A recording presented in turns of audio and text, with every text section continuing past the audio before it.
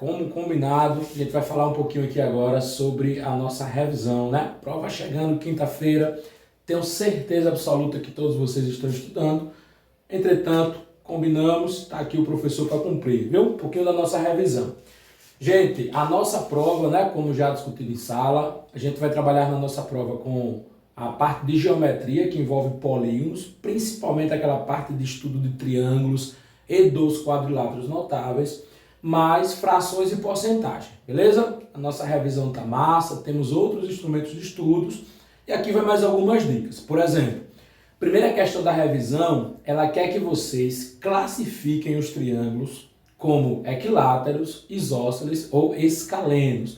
E para isso, na revisão, foi sugerido que vocês pegassem uma régua para medir os comprimentos dos lados. Por que medir os comprimentos, professor? Porque é sabendo sobre essas medidas que a gente consegue classificar os triângulos. Por exemplo, lá são 5 figuras, aqui eu vou trabalhar com 3 para vocês pegarem um pouquinho a ideia. Nessa primeira figura aqui, nós temos um triângulo com 3 lados. O que é que vocês vão fazer? Vocês vão medir. Vocês vão encontrar a medida desse lado aqui, que é lado 1. Medida do lado 2, que obviamente está maior que o lado 1.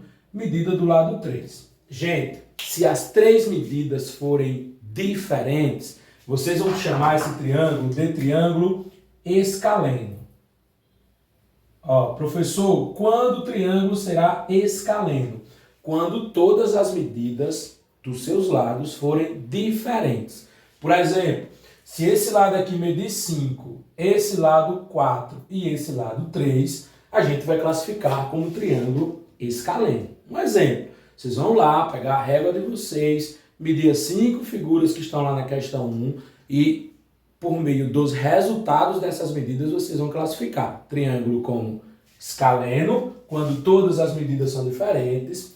Pode ser isósceles, professor, quando o triângulo é isósceles, quando 2 das 3 medidas, no mínimo, forem iguais, né?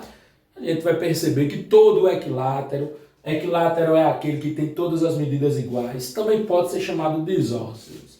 Mas na ideia, a gente observa aquele com 2 medidas iguais e uma terceira que pode ser diferente ou não, e a gente já o classifica como isósceles. Nesse nosso exemplo aqui, o triângulo que parece ter 2 medidas iguais é esse aqui, ó.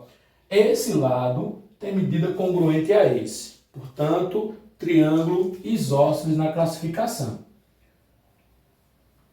Aí lá na revisão de vocês vão medir os triângulos. Aquele que tiver 2 medidas iguais, isósceles, já foi.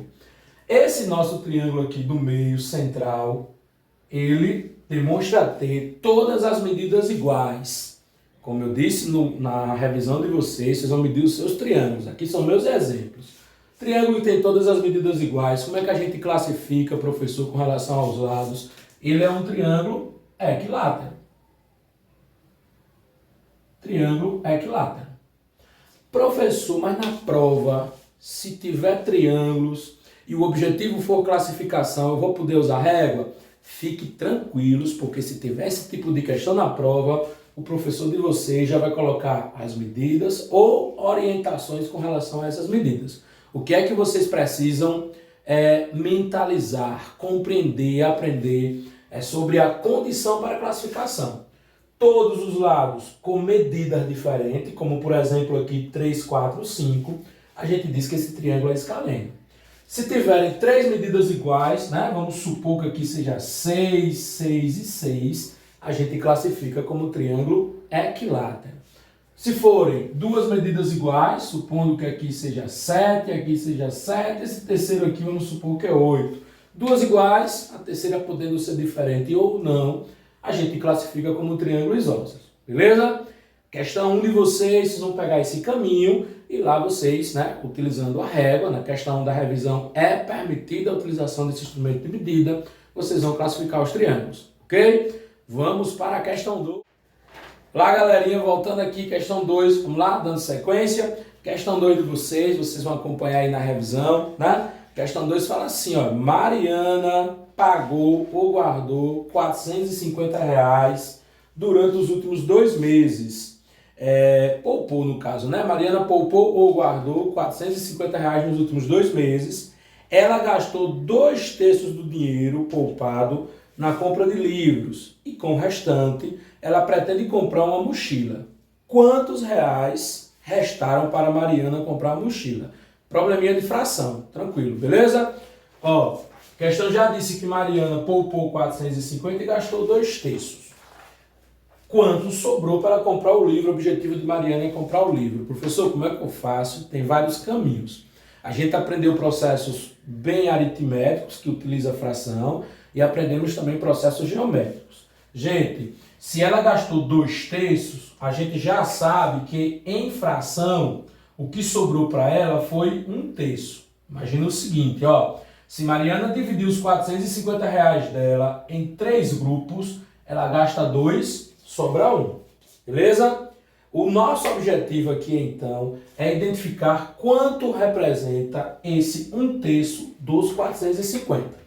Muito tranquilo, muito fácil, vai ter na nossa provinha de quinta e eu tenho certeza que a maioria de vocês vai arrebentar. Ó, 1/3 de 450 é 1/3 vezes 450. Como é que eu resolvo essa operação fracionária, professor? A gente aprendeu vários caminhos, várias estratégias. Uma das foi, ó, vamos dividir esse 450 em 3 grupozinhos, representados por um retângulo, dividido em 3 partes. A gente pega 450, que é o todo o dinheiro que Mariana poupou, que Mariana guardou, e divide por 3, ó. Essa continha fizemos muito na aula. 450 dividido por 3, posso fazer mentalmente, professor? Tudo pode. Quem já adquiriu essas habilidades, é importante que a gente, né, se sinta seguro para aplicá-la. Quem ainda está inseguro, faz no passo a passo. Vem aqui devagarzinho, ó. 4 dividido para 3 é 1, 3 apenas. Subtraio 4 menos 3, 1. Baixo 5, 15 dividido para 3, né? Se eu vou dividir 15 reais para 3 pessoas, vai ficar cada uma com 5, porque 3 vezes 5 dá 15. Professor, não estou conseguindo direto ainda, faz a continha, né? Vai ter um pouquinho mais de trabalho, mas o importante é acertarmos, o importante é a aprendizagem, é sobre isso que a gente fala sempre na aula. 15 para 3 vai dar 5, 5 vezes 3, 15, ó, 15 menos 15, 0. Esse 0 que sobrou fica aqui. Portanto, 450 reais, que foi o dinheiro poupado por Mariana, dividido em 3 grupos, porque a fração é 2/3, vai ficar cada grupo com 150, ó. 150 no primeiro, 150 no segundo e 150 no terceiro.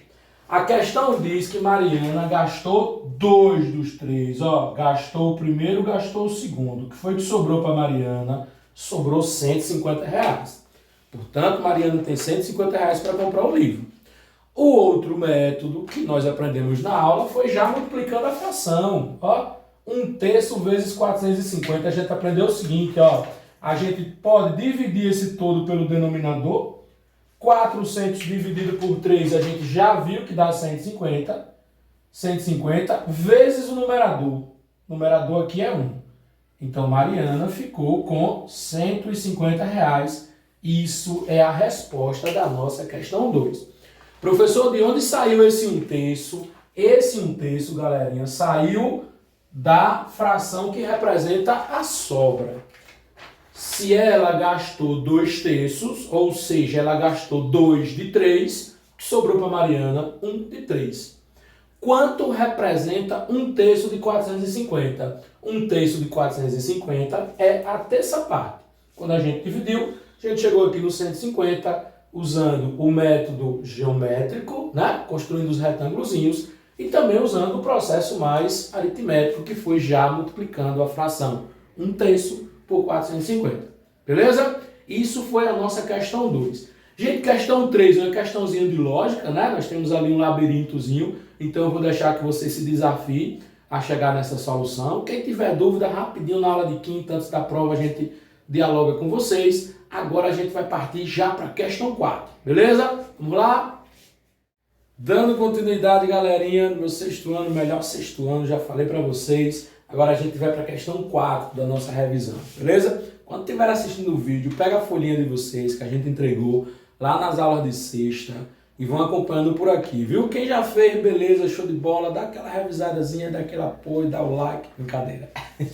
Ó, questão 4, ele disse assim, Pedro vendeu 3/5 das fubecas que possuía, ficando ainda com 24. Quantas fubecas Pedro possuía? Nem sei o que é fubeca, mas eu sei que vendendo 3/5, 3 dos 5 grupos de fubeca que ele tinha, ele ainda ficou com 24. O objetivo é descobrir o todo. Agora é importante termos um cuidado, porque neste problema a gente não vai calcular a fração do todo. Não é 3/4 de 24. Percebe? 3/5 no caso. Não é 3/5, não são 3/5 de 24. Então aqui o que nos falta, galerinha, o que nos falta é o total. A gente não tem um total. Esse total aqui é desconhecido. Beleza? Tem uma galera da sala, Antônio, Pedro, eles já estão usando muito variável, letra, para representar esse valor desconhecido. Quem já domina, quem conseguiu pegar aquelas dicasinhas que a gente apresentou na aula, beleza. Porém, a álgebra, apesar de já estar sendo apresentada a gente no 6º ano, ela é uma parte da matemática mais aprofundada no 7º. Então, sempre que possível, e você se sentir seguro para fugir da álgebra ou para utilizar a álgebra, né? Fique à vontade. Eu gosto que vocês consigam desenvolver agora no 6º ano algumas formas mais lógicas. E uma das formas lógicas de resolvermos esse desafio aqui, essa questão 4, é pensando assim, a fração que a questão nos dá é 3/5. Ou seja, o nobre Pedro pegou as fubecas e colocou em 5 grupozinhos. De novo, vamos usar a estratégia geométrica do retângulo. Aqui 1, 2, 3, 4, 5. 1, 2, 3, 4, 5. O que foi que a questão disse? A questão disse que Pedro já vendeu 3 desses 5 grupos. Vendeu esse aqui, vendeu o segundo, vendeu o terceiro. Dos 5 ele vendeu 3. E a questão diz que ele ainda ficou, Ainda ficou com 24. Ou seja, esses 2 grupos aqui, que ele ainda não vendeu, contém, nesses 2 grupos, 24 fubecas. Beleza? Aqui dentro tem 24. A gente sabe que esse método geométrico de se trabalhar com fração, ele divide o todo em partes iguais. Ou seja, se dentro de 2 grupozinhos tem 24, a nossa conclusão é que cada um deles vai ter 12. Que quando a gente pega aqui 24 dividido para 2, dá 12. O que foi que a gente descobriu é que em cada uma das 5 partes, fração é 3/5, o denominador é 5, em cada uma das 5 partes tem 12 fubecas. Se ele já vendeu 3, ele vendeu 3 de 12, 12, 12, 12. Ele vendeu 36, ficou com 24. Quantas Pedro ainda tem? Aí fica muito fácil para fechar a questão. Vocês vão colocar aqui a resposta. Quantas fubecas Pedro ainda tem? Quantas ele possuía? Quantas ele ainda tem? A gente já sabe, 24. Quantas ele possuía ao todo antes de vender? É só pegarmos 5, vezes 12. Pô, professor, 5 vezes 12, eu não consigo mentalmente, não consigo direto. Aí tu pode fazer a continha, que a gente treinou muito na aula. Pode usar o método Clenildes. Método Clenildes, 5 vezes 12 é 5 vezes 10, que dá 50. Mais 5 vezes 2, que dá 10. 50 mais 10, 60. Portanto, respostazinha da nossa questão 4, 60 fubecas. Pedro tinha no início 60, vendeu 3/5, 3/5 de 60 a gente já viu que é 36, 12, 12, 12, ficou com 24. Fechamos a questão, facinha de boa. Se cair na nossa prova uma questão com esse perfil, tenho certeza que meus alunos inteligentes do 6º ano vão acertar. Ok? Vamos para a próxima, Questão 5 agora. Vamos lá? Vamos lá, meu povo. Questão 4, viu, no 6º ano. Questão 4 o quê, professor? Tu tá doido? Questão 5. Questão 5 é a questãozinha que envolve porcentagem. Como o meu amigo Pedro falava sempre na sala, professor, porcentagem, a gente viu agora, vai cair na prova, nós temos lá uma coisinha de porcentagem. Está tranquila, está muito fácil, tenho certeza absoluta que todos que prestam atenção na aula, todos que fazem atividade de casa vão ter facilidade no processo. Aqui da revisão, a questãozinha, né, que pode ser direta para alguns, pode ser trabalhosa para outros, depende muito do caminho. Lembra que a gente falou na sala? A escolha do caminho pode facilitar muito a sua caminhada. Aqui, a gente vai usar a regrinha de 3, né? Aquele processozinho algébrico que já envolve a utilização da letra, que a gente vem trabalhando em sala de aula, né? A gente tem outros caminhos, mas aqui eu vou resolver com vocês dessa forma. Ele disse na questão 5 que uma loja de sapatos está fazendo uma liquidação para renovar seus produtos. Todas as mercadorias estão com 15% de desconto. Qual é o novo preço de um tênis que custava 135? O que é que vai acontecer com esse tênis? Ele vai sofrer um desconto de 15%. Como é que eu calculo, professor? Tem vários caminhos, como eu disse, vamos usar aqui aquele nosso processozinho de regra de 3. Meu povo, sempre que trabalhamos com porcentagem, o todo, né? Aquele custo inicial, sem desconto, sem aumento, ele é representado percentualmente por 100%. Daí a gente pode concluir o seguinte, ó, esse 135, ele equivale a um percentual de 100%, que é o todo, era o custo do tênis, sem desconto. O que foi que a loja ofereceu ao cliente? Um desconto de 15%. O nosso objetivo é encontrar o valor desse desconto, é calcular o valor desse desconto. O 15%, galerinha, tem que ficar aqui, ó, abaixo do 100%. Porcentagem fica ao lado de porcentagem. E o desconto, a gente sabe, professor, não sabemos. Na aula a gente aprendeu, nas aulas, né, desde o início do ano que a gente fala sobre isso, que existe uma parte da matemática que nos permite representar o que a gente não sabe por uma letra. Pô, se eu não sei, coloca uma letra. Não temos dificuldade nisso. Ó, esse desconto que a gente ainda não sabe é 15%. Fechamos aqui. Isso aqui já organizou. Se fosse questão de prova, já valia ponto. Primeira etapa do processo resolutivo já foi organizada. Próximo passo é resolvermos essa expressãozinha que foi montada aqui, essa sentença matemática.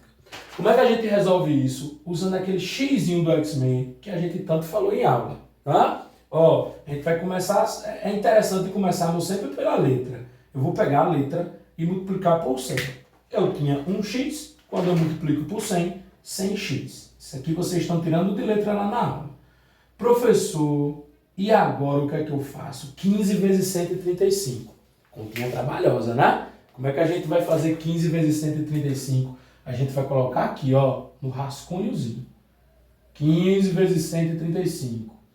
Professor, eu tenho que fazer 5 vezes 5, não sei, tabuada. Não tem mágica. Você vai montar aqui a tabuada do 5, ó. 5 vezes 1, 5 vezes 2, 5 vezes 3, 5 vezes 4, até chegar no 5 vezes 5. 5 vezes 1 é um 5. 5 vezes 2, 2, 5, que dá 10. 5 vezes 3, 3, 5. 10 mais 5, que dá 15. 5 vezes 4, mais um 5. Vou ficar com 20. 5 vezes 5, 25. A gente joga 5 aqui, vai 2 para o 3. 5 vezes 3 a gente já tem. Essa é a vantagem da tabuada, ela nos ajuda para os próximos processos. 5 vezes 3 é 15, mais 2, que subiu ali, 17. Vem 1 para 1. 5 vezes 1, 5, mais 2, 7. Agora é 1 vezes 135. A gente aprendeu que 1 é neutro na multiplicação. Portanto, é só repetirmos o 135, porém temos que vir uma casa para a esquerda, porque aqui é uma dezena. Então fica 3, 5, 3 e 1. Última etapa a gente soma, ó, 5, 7 mais 5, 12, vai 1 aqui, 7 mais 3, 10, com 1, 11, vem 1 aqui, 2.125 foi o 15 vezes 135. 2.125. Mas o nosso objetivo é encontrar esse desconto, né? Calcular esse desconto que nós representamos aqui por x. O que é que a gente vai fazer agora? A gente vai colocar 2.125 dividido por 100, porque eu não quero saber o valor de 100 de x, de 100 descontos, eu quero saber o valor de 1. Quando a gente divide por 100, é só a gente colocar aqui duas casas decimais, não tem mágica, fizemos isso em sala também. Se aqui tem 2 zeros, a gente joga uma vírgulazinha aqui. Então, o desconto será de R$ 21,25. Esse é o desconto do tênis.